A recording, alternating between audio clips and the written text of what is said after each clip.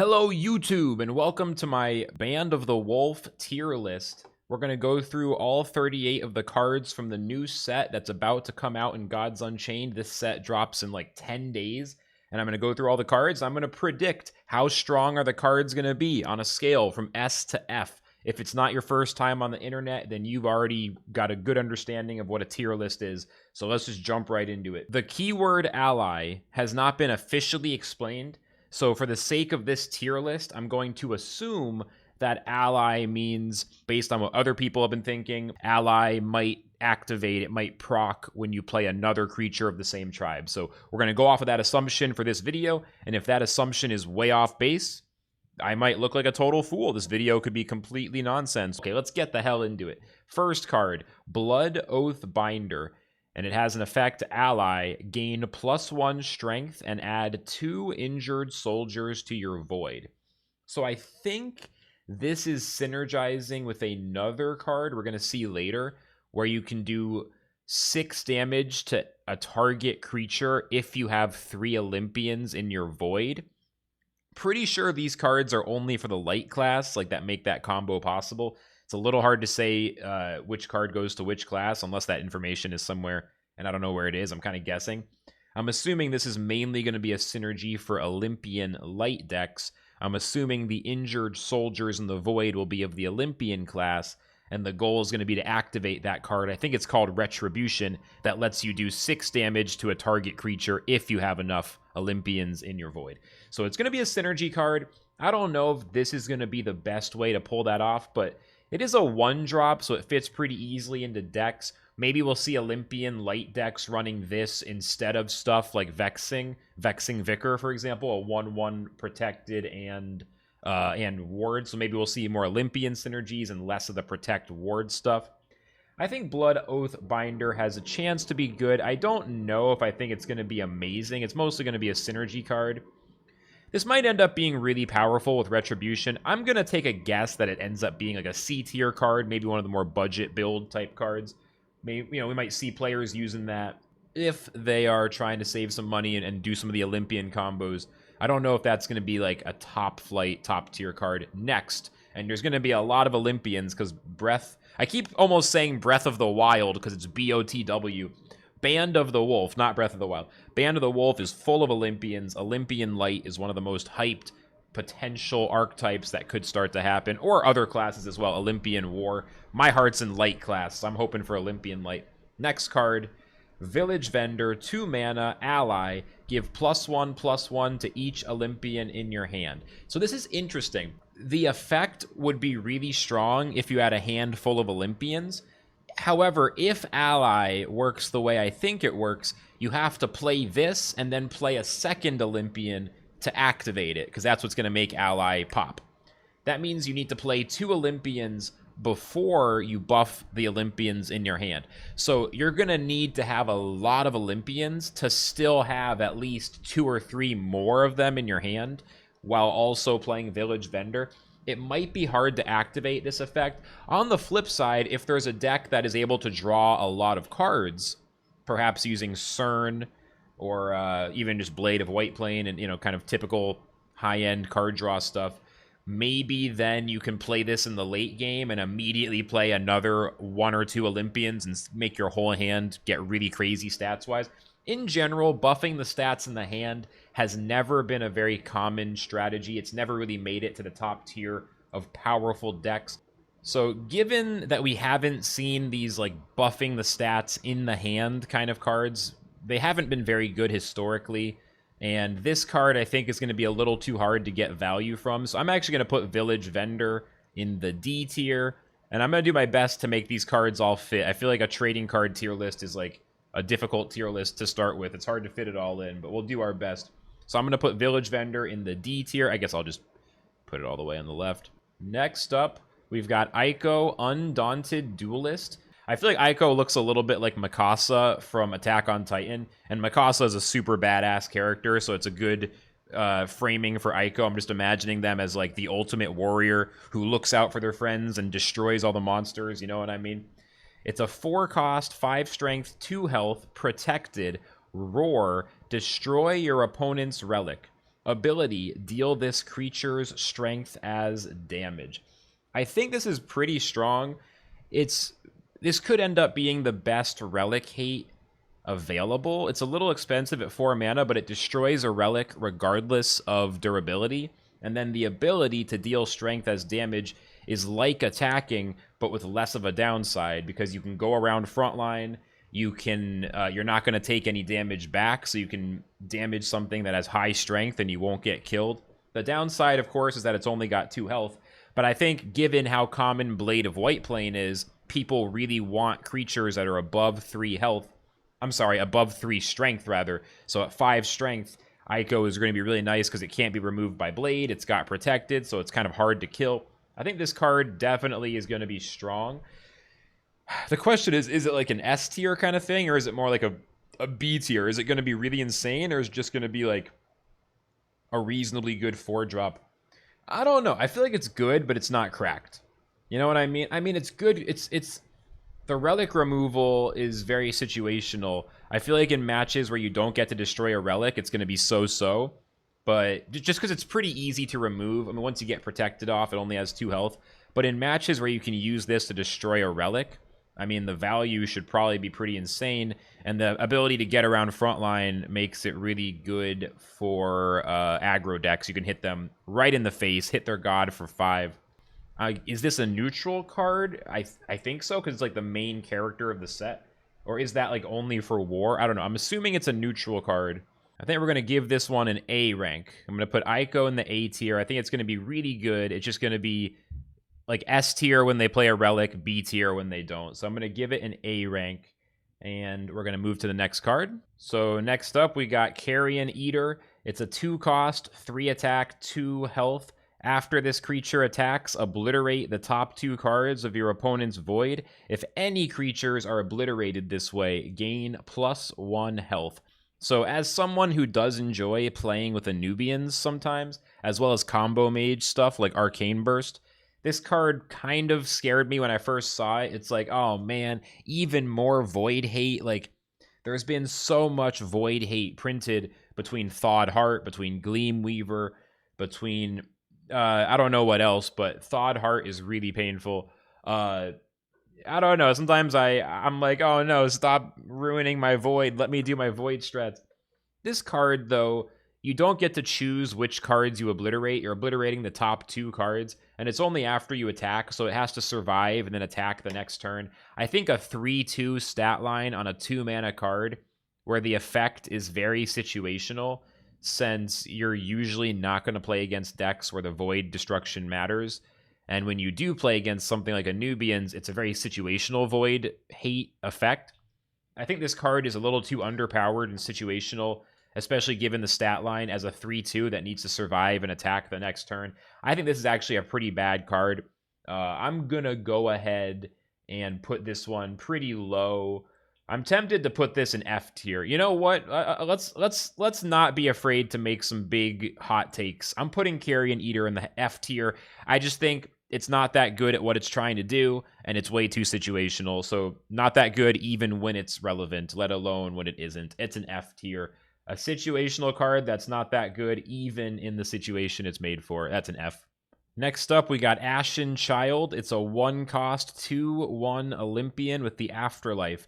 Give this creature's strength and health to a random Olympian in your hand. I think Ashen Child is going to be a lot better than Village Vendor.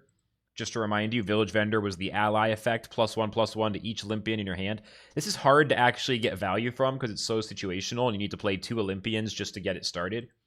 Ashen Child, in contrast, is a 1-drop you could play on turn 1. Your opponent can kill it, and then you immediately get that buff on one of the Olympians in your hand. You play a 1-cost card, and then the card basically just like goes back to your hand. Like the value of the card just comes back after it dies. So even though it's a low impact 1-drop, it's also kind of a freebie. You get the stats back into your hand as long as you have another Olympian.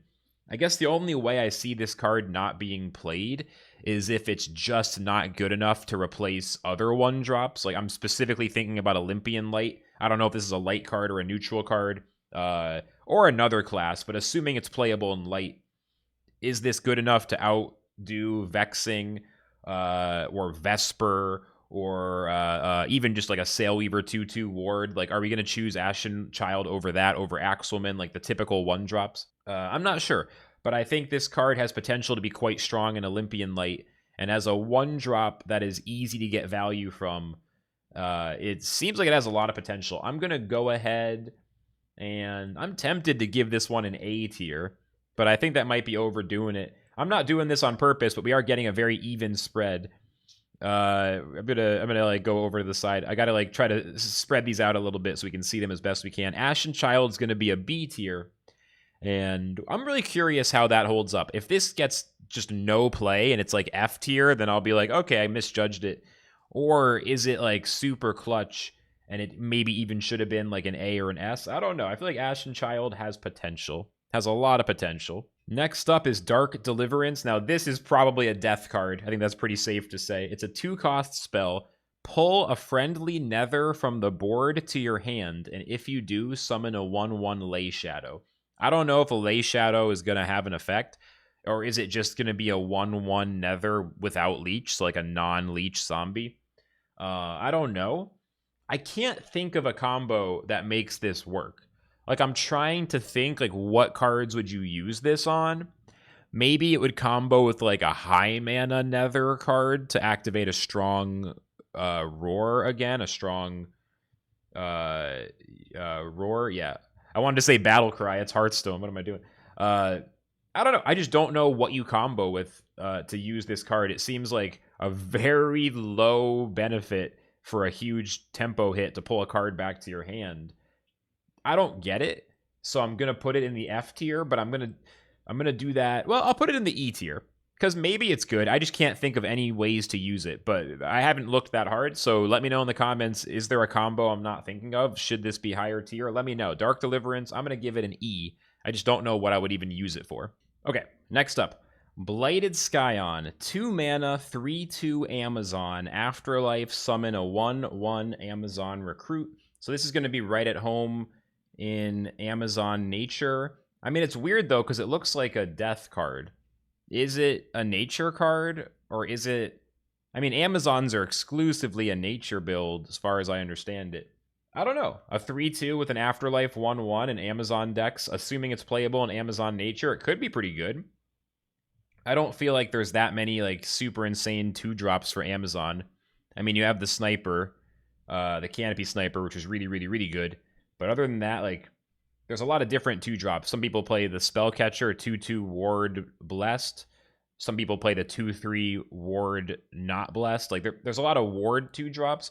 An Afterlife 1/1 Amazon Recruit. I actually think this could see play in Amazon Nature. It doesn't seem like it's some super insane card. I'm feeling either a C or a B. I don't want to overrate these cards. I think a C is fair. I think a C is fair. Like, it could be a B, but it doesn't seem so cracked. It just feels like it might be just good enough to see play in Amazon, since I think there is room for other 2-drops. So maybe an Amazon Nature, although it looks like a death card. So again, I'm assuming we'll be able to play that in Nature. Now, this card has been probably the most talked about card in the set ever since it was spoiled, because it is a common card that seems to rival Demogorgon in its strength. That's right. This could finally be it. In past sets, we've had Witherfingers, which is a deception-only card that's a little bit like a Demogorgon. This, though, is more powerful than Witherfingers, and it's a neutral card, and it's a common card. So everyone is going to have this card. It's going to cost 5 cents, 10 cents probably, and it seems like it's unbelievably cracked. Is this it? Is Control going to be playable for budget players after this set? I'm not going to lie. This has me pumped as hell. I am intrigued. What if Control decks were more affordable? Anyway, let's actually read the card. 7 cost, 5 attack, 7 health, Nether Tribe. And it's got Leech, it's Burn 2, and the Roar is to deal 2 damage to each other creature and give them Burn +2. So that's going to affect the whole board, your creatures and your opponents. I mean, this just seems like an incredible, extremely strong 7-drop. I don't know what to do except to just put it in the S tier. Am I overreacting? It just feels like with this... Ember Oni, we put it in the S tier, and we see if it gets nerfed, or we see if it breaks the meta, or maybe it's not quite as crazy as it seems. This seems like it is a rival to the demo, rivaling Demogorgon. And there's another card which kind of rivals Therial in this set as well. We'll get to that one later. So it feels like Demogorgon and Therial, while I don't think they're about to be useless, I'm pretty sure they're still going to be super strong. They might stop being like the only options, and there might actually be some hope for budget players, even players like myself, who I'm not really a budget player, but my collection is mostly aggro. People who don't have all the control stuff, maybe now we can play control. Maybe. I'm really optimistic. Ember Oni honestly just gives me a good feeling about the whole set, and I'm super pumped to see how that plays out. Super pumped. Next up, Shriek Moonlighter. It's a 3-mana, 3/3 Nether, hidden for 1 turn. Ally, pull the top card of your opponent's deck to your hand. So this is the most controversial mechanic in the new set ever since it's been spoiled. The fact that there are cards that let you steal a card during the game. You don't keep it after the game. No one is like stealing your NFTs, but during the match you can take a card from the opponent's deck and pull it into your hand. So it's kind of like Cutthroat Insight, a card in Deception that lets you steal a card from the opponent's hand. There's more mechanics to steal cards from the top of the deck, and some players seem to think this is an absolutely terrible idea. I think it sounds really fun, and I'm here for it. Personally, bring on the card steal meta. I love it, and I think it just leads to a lot of wacky, zany situations. I think people just get really upset and like almost offended at the notion of someone stealing their card during a match. It's like, I just don't get it. I think it's super fun. I mean, it's not fun when someone steals your card, but it's also not fun when they kill your monsters or if they defeat you. I mean, you're going to have, your opponent's going to win sometimes. But overall, I just think it's a really interesting mechanic, but some people hate it. So we'll see what happens with that. It's been a very controversial thing. With all that said, it's hidden for 1 turn. Looks like it could be a death-only card. Anything with hidden has potential to be used in Hidden Rush if it's playable in Deception. But yeah, what do I think? Is stealing the cards from your opponent's deck strong? I mean, I think just on a card advantage level, this card has a lot of potential. It's a 3-mana, 3/3, and you could potentially play a second card after it, and then you get a card from the opponent's deck.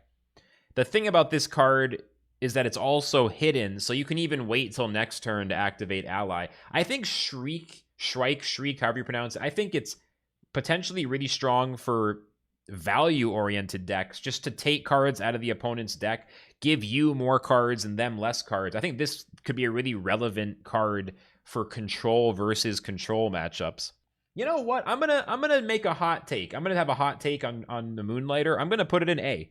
I think this card would be easy to underestimate, but I think as a hidden card with that effect, it could have a ton of value in control decks.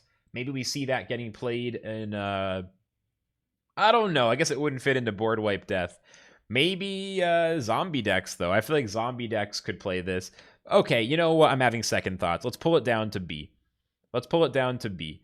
Okay, I'm actually having serious second thoughts. I was going to put it in the A rank. I'm taking it down to C, because I actually, if it's a death-only card, I'm not sure what it's going to fit in. Okay, yeah, I'm going to put it in C, but I think it could go up in the future. Next up, Spore Light Lantern. This is a lot of text, so strap in. It's a 3-mana, 0/3 Relic.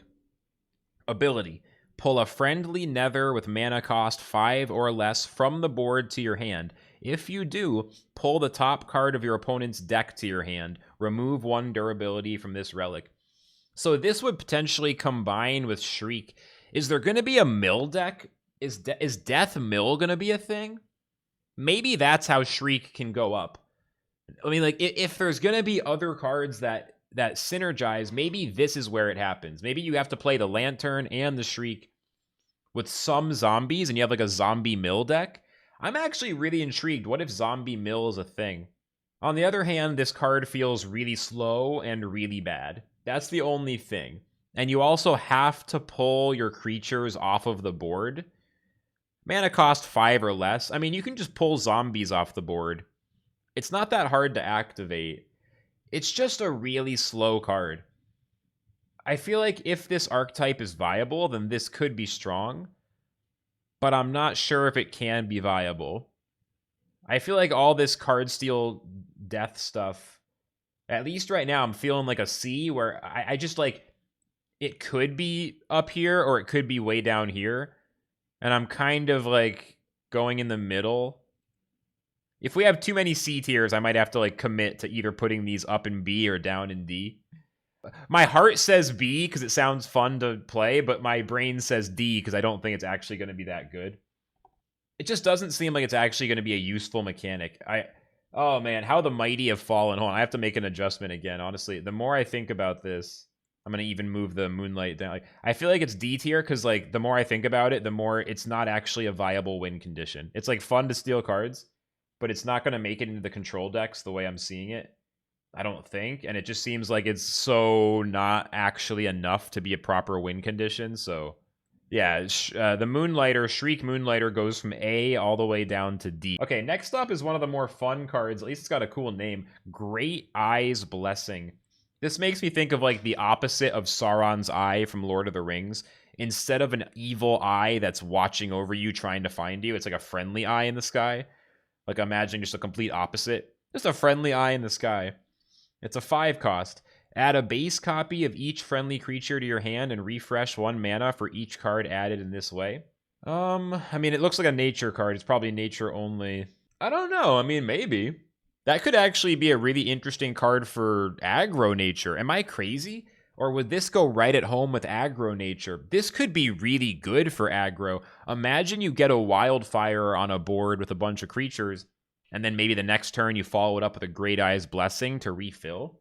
Or like against Mage or against Control War, against Deception with Rapture Dance, against any kind of big board clears. Imagine you refill your hand before they can clear the board. And then, I don't even know. I mean, the refreshing the mana is even better. But yeah, I don't know. I actually think this might be cracked. I could actually see this, because that's the tough part about Amazon nature especially, and also sometimes wild nature.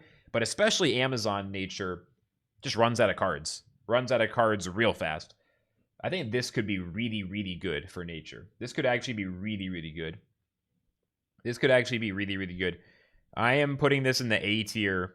I'm not quite confident enough to call it an S, but I feel like this could be A+ for aggro nature. Next up, Retribution. So this is the card for Olympian Light. Assuming it's a light card or it's a neutral card. I guess if it's a different class, then this whole next minute of the video might just be completely wrong. But assuming it's light class, this is going to make Olympian Light so good. This is Lightning Strike from nature, except instead of costing 3 and targeting the highest strength creature, it costs 1, and you get to choose which creature you target. Lightning Strike is already one of the best removal cards in the nature class. Giving light something like that for 1 mana, with the only requirement being you need 3 or more Olympians in your void. And if you don't have that, you can still use it as a 2 damage spell, like in a pinch, if you just really need a little damage really quickly. This feels so strong, and it's something light is missing, is just direct removal. It's still going to have a hard time against protection and ward and all that stuff, but this just feels, based on how strong light is, I think Retribution could be insane. This card makes me think Olympian Light is going to be unbelievable. As long as it's a light card. If this is not playable for light, then like I said, this part of the video is going to be just completely off base. But assuming that's a light card, it's S. Assuming that's for a light Olympian Light, and I think it's S tier. Retribution, S tier. We'll see. We'll see. I'm really excited to add that card to my deck. Vulpine Shadow Shifter, 4 mana, 3 attack, 2 health, hidden for 1 turn. After this creature leaves the board during your turn, gain control of a weaker enemy creature until the end of turn. Interesting. And this seems like a card you would want to try to buff the strength. Like the turn after you play it, you'd want to buff the strength and trade it into something. And then you steal another creature and you trade it in again. I mean, this could be a really powerful board clear mechanic. Problem is, it's extremely vulnerable to AoE. It is hidden for 1 turn. It's a great way to steal a Pyramid Warden, but is it going to be enough? Like, would you play this in Hidden Rush? I have a really hard time deciding how strong this is. I think the 4 mana cost makes it a little hard to pull off, because, like, if you don't pull it off, that's a lot of mana to waste. That's a lot of tempo to lose if you try to get this to happen and then it doesn't work out. And you definitely have the risk of playing this and then your opponent adjusting and then you don't have a board state you can take advantage of. This could be really strong, but it could be too situational. I have a hard time deciding what I think. I don't know. D or C? It's got some interesting potential. Let's put it in the C tier. It's got interesting potential. I don't think it's like a perfect card just looking at it, but let's give it a C, I guess. I guess let's give it C. So next up, we got Master of the Mill, a 5-cost Olympian, 4 strength, 5 health, roar, give +2 health to a friendly Olympian, and then ally, give +2 health to the summoned creature. So this, by the way, lends credence to the idea that ally activates if you play another creature of the same tribe, because that would make a lot of sense the way this is worded. If you play a second Olympian, ally will give that Olympian a +2 health buff when it gets summoned. So that makes a lot of sense. I don't know, a 5-cost 4/5 that buffs health. I feel like once you get to 5 mana, that effect, it's okay. It's a little underwhelming. The thing that really makes this card jump out is the 4 strength. Living in a world of Blade of Whiteplane, any creature with 3 strength or less is always vulnerable. So 4 strength means that this is a card that just can't be countered by Blade of Whiteplane. I think we're in that meta. Literally anything with 4 strength or higher is potentially considerable for that one reason alone of the fact that in high-level competition, you always have to deal with Blade of Whiteplane. So I think this is an okay 5-drop. It's tough, though, because most decks have a lot of 5-drops to work with, right? You're already running Double Blade, and there's just a lot of other potential cards that can be really good in that mana slot. Is this going to be good enough, for example, to make it into Olympian Light? Is this going to be good? Are those +2 health buffs going to be enough? Is the stat line going to be enough? This card seems like it's reasonable value, so I think we'll see Master of the Mill in budget decks, but I just don't think it's good enough at any one thing in particular. Oops. I don't think it's good enough at any one thing in particular to, like, really fit. This feels like the epitome of a C rank. I mean, it's tempting to bump it up to B because the stats are good, and it might pack a lot of value. I mean, I could put it in B, but honestly, I just don't think it's a B. I think it's a C. So I'm going to put it in C. I'm curious, though. This is a card, Master of the Mill, where I wonder, am I wrong? Am I wrong about Master of the Mill? Maybe, maybe. All right, next up, we got Reneko Revenant. 3 mana, 3 attack, 4 health, Nether with ally, deal 1 damage to each god. This could fit into zombie decks. This could definitely fit. I mean, you're basically activating your GP Soul Burn every time you activate the ally proc. I think a 3/4 stat line is pretty good. There's actually a card called Cruel Overseer that's a 3/4 for 3, which I've run in my zombie deck, in my Rotted One zombie build. And I think I might upgrade that to Reneko Revenant. I think Revenant's going to be a good replacement for Cruel Overseer. Now, Cruel Overseer isn't played that often, but I think it's an underrated card. It's a great budget card and just a good card in general. I'm tempted to put this in B tier. I think the stat line plus that effect is pretty damn good. And if ally procs off of zombies, then every time your Scepter summons a zombie or your Obelisk summons a zombie, you can activate extra damage. I think this is actually going to be really good for zombie decks. Tempted to put it in the A tier, low-key, but I'm going to put it in B. I don't want to go too crazy. Going to be really good in zombie decks. I'm calling it now. Reneko Revenant is going to be really, really good. I actually think it's a B+. It's like almost an A-. I'm optimistic. That card seems really interesting. I'm going to run that card. Next up, Camaraderie. Draw 2 Light Olympians. If a card drawn this way has a mana cost of 3 or less, summon it instead. This seems bad. This just seems not that good for 4 mana. I mean, technically you're drawing 2 for 1, and you're guaranteed to get Light Olympians. I don't think any cards exist right now that make this, like, a super useful card. Like, I don't know how you'd build a deck around a combo and then, like, reliably pull the cards out with Camaraderie. Like, I just don't know what combos exist for this. This seems like a card that is probably, like, F tier right now. Like, it's really pointless. Theoretically, you could play 2 cards that cost 3 for a total cost of 4, I guess, in theory. It just seems really random and awkward and, like, situational, but for what? Like, what's the purpose? I could be way off base. I'm ready to laugh at myself. Like, if this ends up being an S tier essential card and I'm completely missing it, I'm going to open myself up to the chance of disaster, and I'm going to put Camaraderie in the F tier. Aegis of the Innocent, a 5-mana relic after with 0 attack and 4 durability. After a friendly character takes damage, heal it for 1. And then the roar is to give +3 to a friendly Olympian and then set its strength equal to its health. So the durability never goes down. When you play this, if your opponent doesn't destroy it, every time you take damage, you heal for 1 for the rest of the match. And then the roar is kind of insane. That roar is crazy. Imagine using Aegis of the Innocent on a Mary Cadmos, maybe. Or, ooh, you know what you could do is you could combo this with Ashen Child, right? Ashen Child was an Olympian, right? 2-1 for 1. So if you have 6 mana, you could play Ashen Child, buff its health to 4 and its strength to 4. And then you have a 4/4 that gives its stats to a random Olympian in your hand after it dies. I could see that combo being really good. Yeah, this is interesting. I mean, I feel like you're mainly playing it for the roar, and then this effect is like a nice little follow-up. It is a bit high costed at 5, but this is comparable, maybe... I don't know. Like, how does this compare to Canonize? Canonize is +3/+3 and Protect.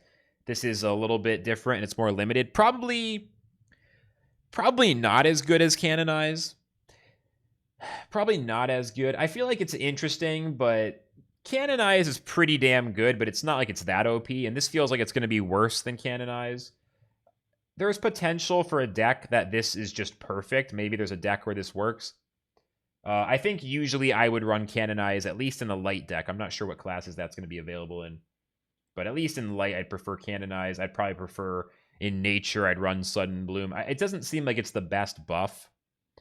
I feel bad putting it in D tier. Like, I want to say C tier. I think it's actually probably not good. I could be wrong, but I'm gonna put it in the D tier. I just think it's worse than other options. It's worse than other options, unless that healing effect is better than I realize. Next up, we got Spirit Speaker Chime. It's a 4-mana relic, 0 attack, 1 durability. After your god takes damage on your turn, gain +1 durability.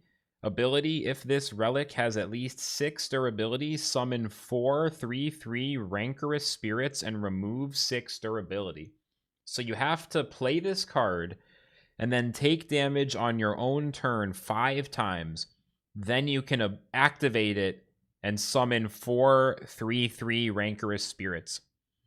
There's nothing like this in the game right now, and probably for good reason, because this card seems like it's way too hard to get value from. I mean, you have to wait until you can spend 4 mana to play it. Then you have to take damage 5 times during your own turns just to summon 4 3/3 creatures. Like, summoning 4 of these Rancorous Spirits just doesn't seem worth all the hassle. The juice isn't worth the squeeze. I just don't think this is very good, unless Rancorous Spirits has some other kind of effect or something. And so I'm feeling a pretty fat E. I might even say F. You know what? At risk of making a fool of myself, I'm going to put Spirit Speaker Chime in the F tier. It just seems so bad. Like, it is just such a difficult way to summon some 3/3 monsters. So Hortuk Fallen Commander, 7 cost, 5 strength, 5 health, and the roar is to pick 1.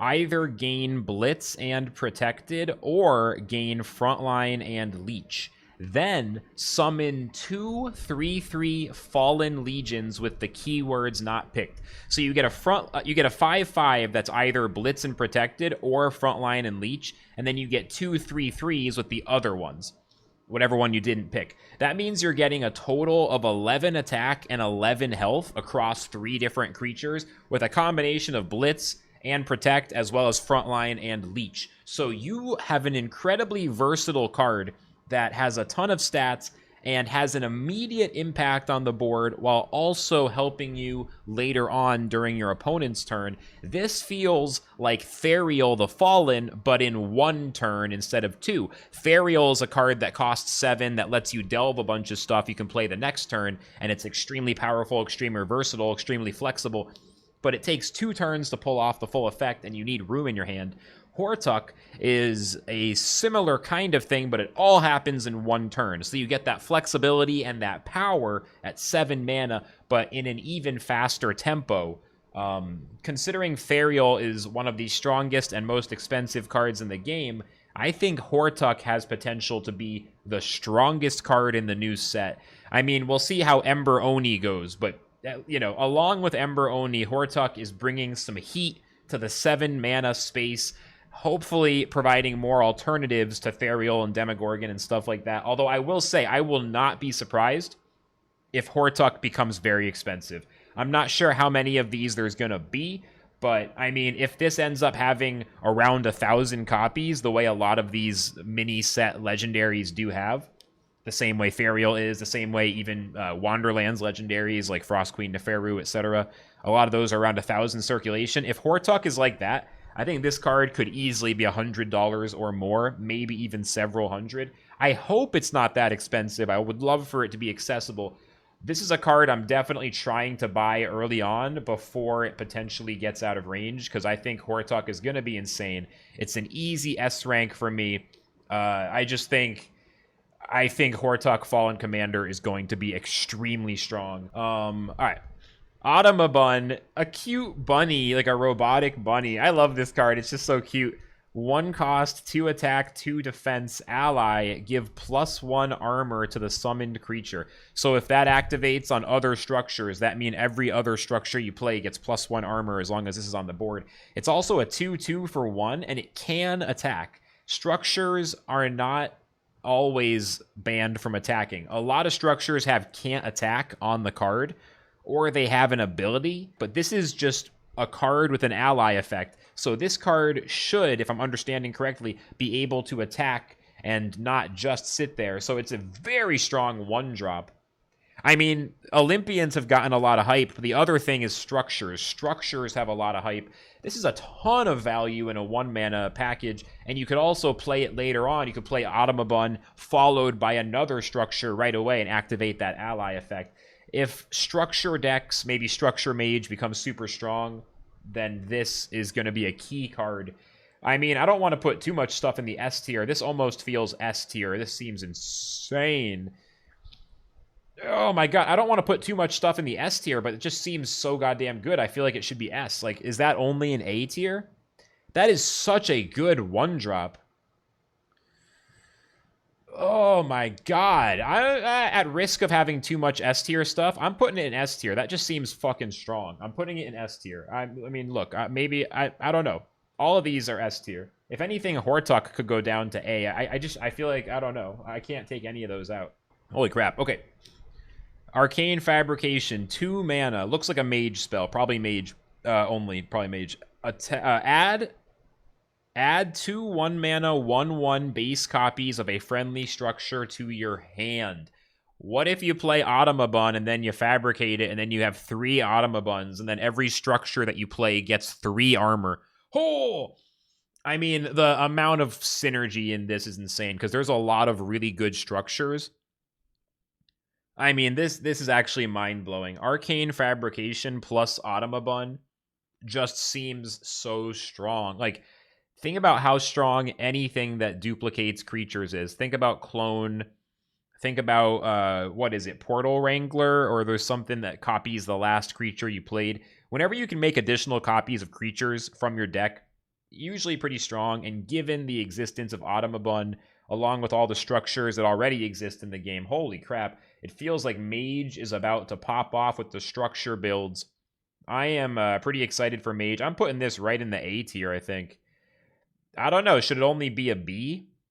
I feel like this is going to be essential for Structure Mage. The only thing is, Structure Mage may or may not actually be good. It seems like it has potential. We're just not sure. If Structure Mage is good, then this will be A tier. But because Structure Mage is such an unproven archetype, let's put it in the B tier. Extremely good. depending on if the deck can actually itself just be strong enough. Let's put it in the B tier, but a strong B, a B+. Next up, Entrapment Apparatus, 3 mana, 2/5 structure, frontline, can't attack after your opponent plays the first creature since this creature was summoned. Obliterate it. Afterlife, your opponent summons a base copy of that creature. If you play this on an empty board, your opponent could get really messed up. Like, what if they only have high-cost creatures? The tempo that this card can manifest is wild. If your opponent... I mean, in the late game, if your opponent only has a couple cards, like what if they're waiting to play Demogorgon, but then you obliterate it? And then what if they can't kill Apparatus? Now, the only thing is this is extremely vulnerable to Blade of Whiteplane, so that's not ideal. I wonder if there's going to be synergies to try to buff this thing, get it up to like 4 attack, make it safe from Blade of Whiteplane. I'm thinking C+, B-. I might be underestimating this card. I also may be overestimating it. Maybe it won't be that good. 2/5 frontline for 3 is already pretty good, though. And with the effect, it's got to see some play. I give it a strong C, and maybe it deserves a B. I'm going to give it a C. Rayos the Old Wolf. 5 mana, 4/6 Olympian. Blitz. After this creature destroys another creature, give that creature's strength and health to a random Olympian in your hand. That is ridiculous because it's Blitz. It's Blitz. 4/6 for 5 is pretty good stats given that it's Blitz. You're not vulnerable to Blade of Whiteplane, and you absolutely can play this and then kill something right away. Then the strength and the health go to a random Olympian in your hand. This must be a light card, right? Is this the light legendary? Is this for a light Olympian? Or is this a different class?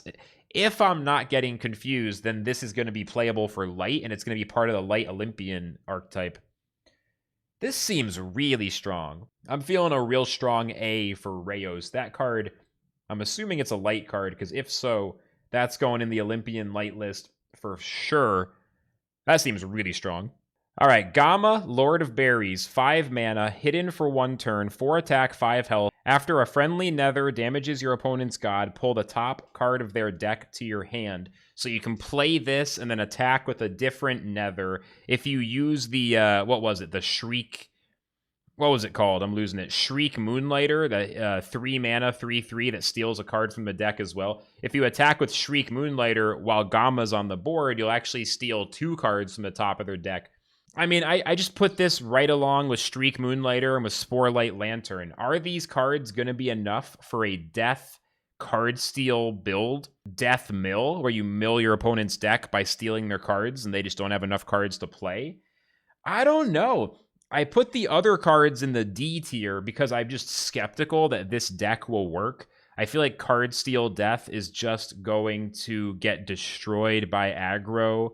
And I wonder if it's going to have enough power to defend against control. I'm guessing maybe Card Steal Death might use some of the board wipe death stuff. Maybe instead of running a pure board wipe death, there'll be a variation that uses this card steal stuff to win against other control decks.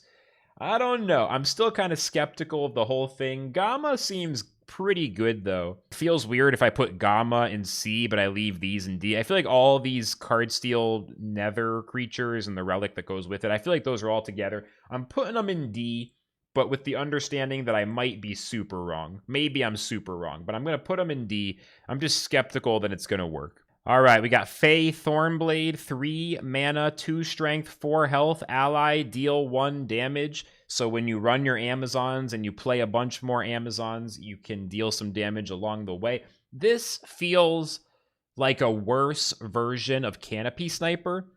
Like, Canopy Sniper is a 2 mana card with a stronger effect because it deals a damage to a creature randomly, but it's every time an Amazon attacks. I just feel like the Canopy Sniper has a stronger, like, proc condition because you can activate it a lot more often. Now, Fae Thornblade can deal damage to the creature or character of your choice. You can even hit the rival's god, so it is more flexible. I don't know, 2/4 for 3 with this ability. Is it going to be enough? I don't know. I think this is bad. I could be wrong, but I think this is bad. I'm going to put it in the E tier. I just think this is pretty bad. Maybe D tier. maybe D tier. E might be a little bit harsh. No, I think this is just really bad though. At 3 mana, I want to put it in the D tier. I'm like on the fence. D minus. It doesn't feel quite bad enough to deserve an E. Let's give it a D minus. I just don't think that's very good. Wolf Recruits, a 3 mana spell. Draw a creature. If it's an Olympian, draw another Olympian and give +1/+1 to each. So you run that in a deck that only runs Olympians, and that's very big value, right? Draw 2 cards for a 3-cost card. So that's the same value as the mage card Cram. But unlike Cram, this one is specifically drawing Olympians, and it's even buffing the second one.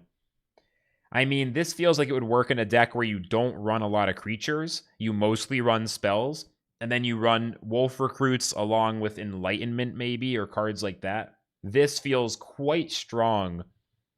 I mean, I'm feeling a strong B. I don't know if I give it the A or the S. It feels a little more like a, like a support card that gets a B. It's good. I don't think it's like the win condition all by itself, but this could really enable some interesting builds where you don't run that many creatures and all of your creatures are Olympians. Yeah, Wolf Recruits seems strong. A strong B. I would give it a strong B. Whew, man, these tier lists are not easy. I picked a big one to start, my first ever tier list, and this is a lot of work. I hope you're enjoying this. If you've made it this far, like and subscribe. Holy crap. Okay, Beast Fury Protege, a 2-mana card. It's another Amazon. We're getting a lot of Amazons in this set, but I feel like none of them are that good.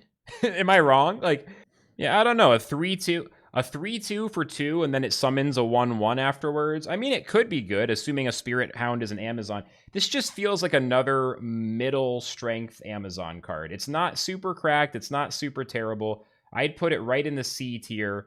All these 2-mana Amazon cards, I'm just feeling a strong C vibe. You know what I mean? Now, the most exciting Amazon in the set, I think, is this one. Divya the Deadly Serenade, a 5-mana 4/4 Amazon that says, after a different friendly Amazon deals damage, deal 2 damage to the same target. So this, to me, seems like Canopy Sniper on steroids. Whenever your Amazon deals damage, you deal an extra 2 damage. Therefore, you could run Amazons that have relatively low strength, and you could still deal a lot of damage in clearing out the opponent's board. And it also even applies if you hit them in the face. So if you have, like, 3 or 4 small Amazons on the board, you play Divya, and then you hit him in the face 3 times, 4 times, you're going to deal an extra 6 to 8 damage. That's almost like Frost Queen Neferu kind of damage, right? Where you're dealing 2 damage at a time to the opponent over and over again. The more that I look at Divya, the more I think this is going to be a very strong Amazon card. I'm actually thinking that the other Amazons haven't been very exciting, but this might be enough that Amazon nature could become a more popular archetype. I'm putting Divya in the A tier, and I'm on the record. I think Divya is going to be a very strong card. It's going to make Amazon decks better. Another card that's extremely cool, Argus the White Wall. So I'm assuming this is going to be a light card, and it's going to be sort of like, one of those key cards for light Olympians. It fits in with the whole theme of Olympian cards buffing by killing other things. 3 cost, 4 strength, 1 health, frontline, armor 1. After a different creature's maximum health increases, this creature gains the same amount of health, and that applies regardless of whose creature it is. It doesn't say after a friendly creature, it says after a different creature. So whenever any other creature gains health, Argus gains the same amount. I don't know, this just has so much synergy with the typical light decks. After all, aggro light is usually like buff light. Like light's whole thing is buffing its creatures the most. I mean, nature has a lot of buffs, war has a lot of buffs, but light is really the buff class with Lysander's Spear, and with just like so many other cards, Olympian Guard, and I don't want to try to think of all the card names, but there's lots of buff mechanics. Argus just seems insane. There is one. I'm gonna put Argus in the A tier. I mean, just to give another example, there's a card called Anoint. Anoint is a card that I think says double a creature's health. So imagine you play Argus, and then you anoint a Pyramid Warden, or you anoint anything with like 4, 5, 6 health. Argus could become a 4/7 Honestly, it's going to be insane, man. It's going to be insane. You're going to be able to play this and make it like a 4-6, 4-7 on turn 4 or turn 5. Okay, next. Elder Strix, 4 mana, 2/2 Mystic Roar, summon a copy of a structure in your void. I mean, that's kind of cracked. It's not quite as insane as the, what's the card? It's not as insane as Radiant Embalmer, right? Radiant Embalmer is a 5 mana that pulls any card from your void to your hand. Elder Strix is only summoning a copy of a structure, but it summons it. It doesn't pull it to your hand. So it is really, the tempo is pretty good. You get a 2/2 on the board with a Mystic tag, and you also get that structure. It seems really good. 4 mana is not too much to ask for that effect. I mean, if this was a spell and it just summoned a copy of a creature for 4 mana of a structure, that would be pretty good. The fact that it's a 2/2 creature makes it all the better. Like, this would be okay if it was a 4-cost spell that just had this effect. So as a creature, it's even better. Maybe I'm overestimating it, but I think that's a B. I think that's a pretty good, like a B minus. And maybe even that's underselling it. I don't know. This has just strong combo potential. Giramonte, Boon Tinkerer. 4 mana, 2 strength, 3 health, ward, armor 1. After you summon a structure, add a 1 mana, 1/1 copy of it to your hand. That seems so good. I mean, it's a 2/3 armor 1 ward for 4 mana. That's a mouthful. That's like okay stat line. I mean, ward and 1 armor, definitely nice. It's still not going to be super sticky, but it's going to have a little bit of an ability to survive. After you summon a structure, add a 1 mana 1/1 copy to your hand. I mean, between that and the card we just looked at, that Elder Strix that can summon copies of structures from the void, you're going to be able to play the same structure over and over and over. And yes, it's going to make a 1/1 copy, but a lot of structures are mostly strong for the effect. I don't know. Structure shenanigans in this set are going to be godly. Like, I think I hope it's not annoying, because I just think the structure stuff is going to be wild. I feel like this is a little harder. This could be a little harder to get value from than Strix. I feel like they're both like B minuses. You know what I mean? These are both support cards. Like, they're really good as long as the other stuff is there. If there's a win condition, these will enable cool combos. The question is, what do you use them with? Chira, the Spirit Seeker, 3 mana, 1/3 Nether, backline, ally, target an enemy creature. Your god takes damage equal to that creature's health to destroy that creature. So this is really heavy destruction, right? I'm assuming it's a death creature. This is the death legendary, I'm guessing. And this is pretty crazy because death is already the class that has the most hard removal. Hard removal, aka removal that doesn't care about stats. Removal that uses the word destroy the creature. So the only thing that can protect you from hard removal is ward. And Chira lets you have hard removal over and over. I mean, I feel like zombies are about to be way cooler. Right now, zombies are a really good budget deck, but they just don't hold up at the high level of competition. I've actually had a ridiculous amount of fun playing a wacky zombie deck called Rotted One Zombies. One of my last YouTube videos features it, so check it out. So there's a $20 build that's really fun and really good. But like, those kinds of ideas can just get taken to a whole nother level using cards like Chira. I mean, the amount of destruction is remarkable. And yes, you're going to damage yourself, but if you're running zombies, you have tons of leech, right? And plus, if you're running this and then you run Ember Oni can give you 12 heal when you play it. Like, is Control Zombies going to be a good budget deck? Holy crap, is Control Zombies it? Yo, I'm getting pumped. I think Control Zombies might actually be a thing, dude. I'm feeling like this is potentially very strong. I mean, I have a lot of A-tier stuff, but you can't blame me. The set just looks really, really strong. Poison Dart, 4 mana spell, deadly, deal 1 damage to a creature. I think this is the first time we've ever seen the keyword deadly on a spell. I think it's only on creatures so far. So basically, if you deal 1 damage and it isn't blocked, so no protect, no armor. If you deal 1 damage and the creature actually takes that damage, it just dies. That's what Deadly does. It just dies. So this is like, there's a 5 mana relic called Slip Blade. That's a 1 attack, 2 durability relic that has Deadly. I'm assuming this is going to be a deception card, just like Slip Blade. This is 1 mana less than Slip Blade, and it doesn't have to worry about frontline. It can just hit whatever it wants. Is it going to be better than Slip Blade? I think so. I think Deception doesn't really have single target hard removal yet, and this isn't quite as good as using the keyword Destroy.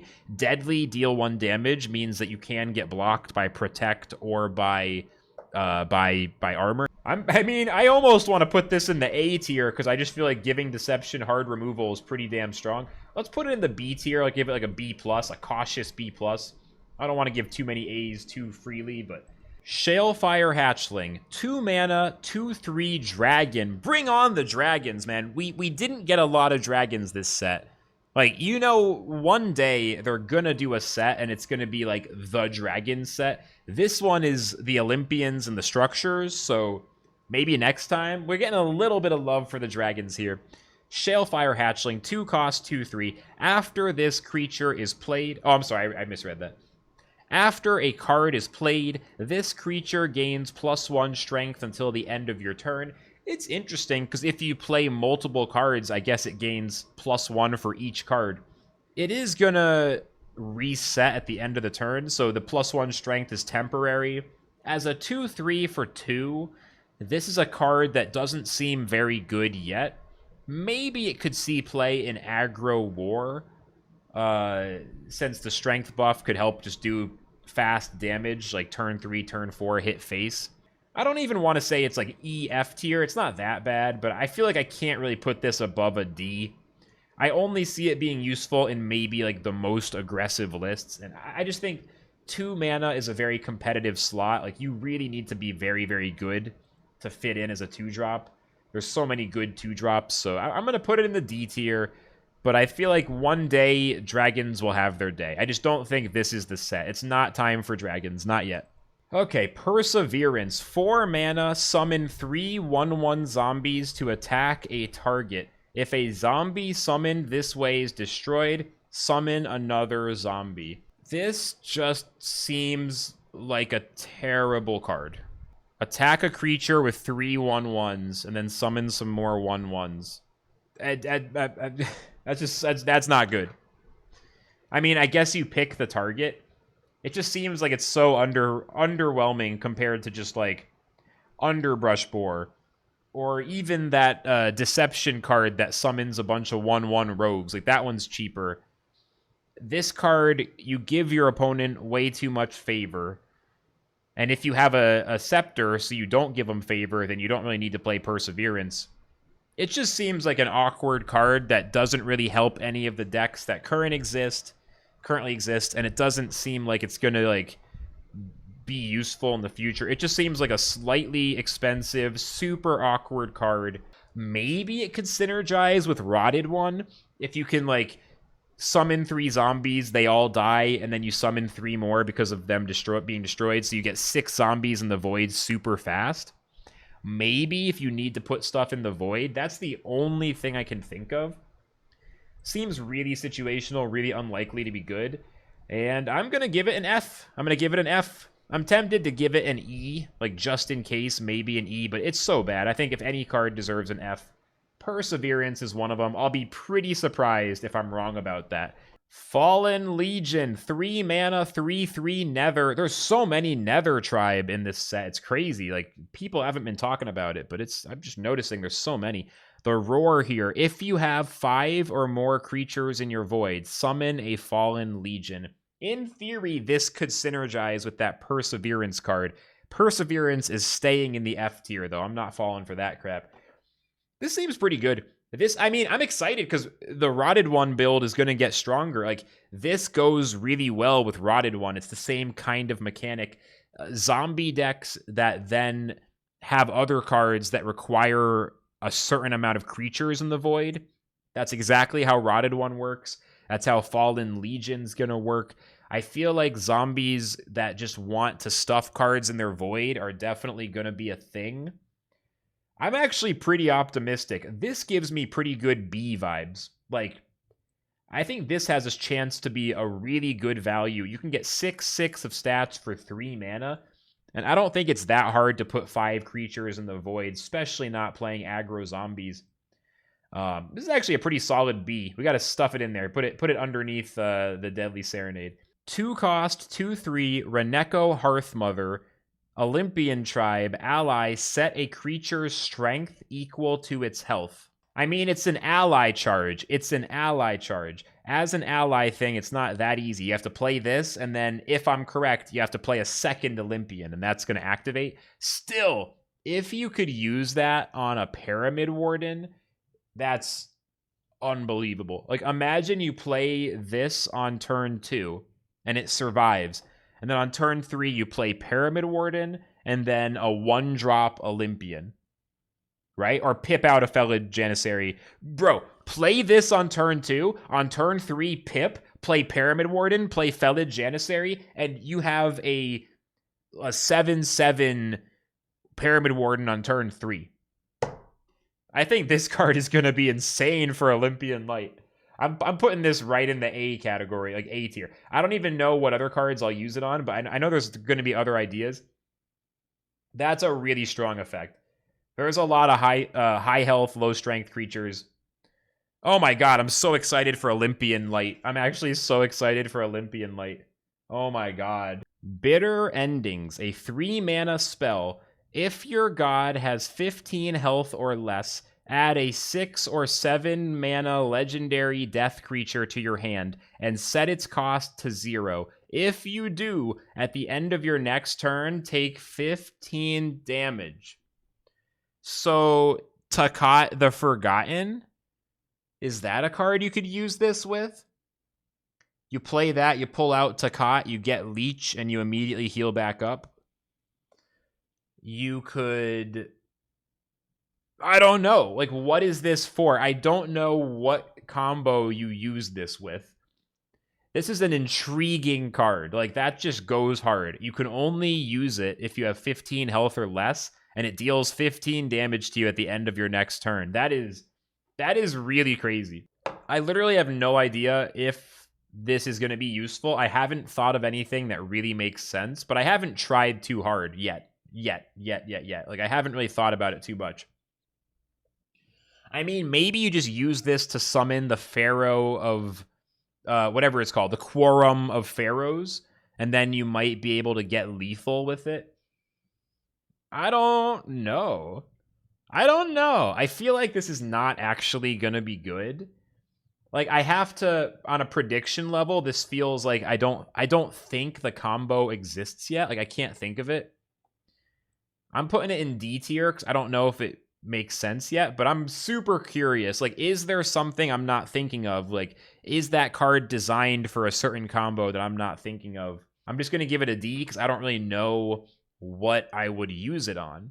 Okay, you need to tell me, what is the one card that I got wrong? Out of this whole tier list, what is the one card that you think, Flux, you're completely wrong? You idiot. You buffoon. How could you put that card in the A tier or the S tier? That should be F. Or, I can't believe you put that card in F, in E. It should have been an A tier. What is the one I did the absolute worst on? Let me know in the comments. Let me know what I got wrong. And we're going to do a follow-up video a few weeks after the set drops. I'll do a tier list again, and we'll see what I still agree with and what I got completely wrong. Thank you so much for watching. Super excited for the new set. Hell yeah. Goodbye.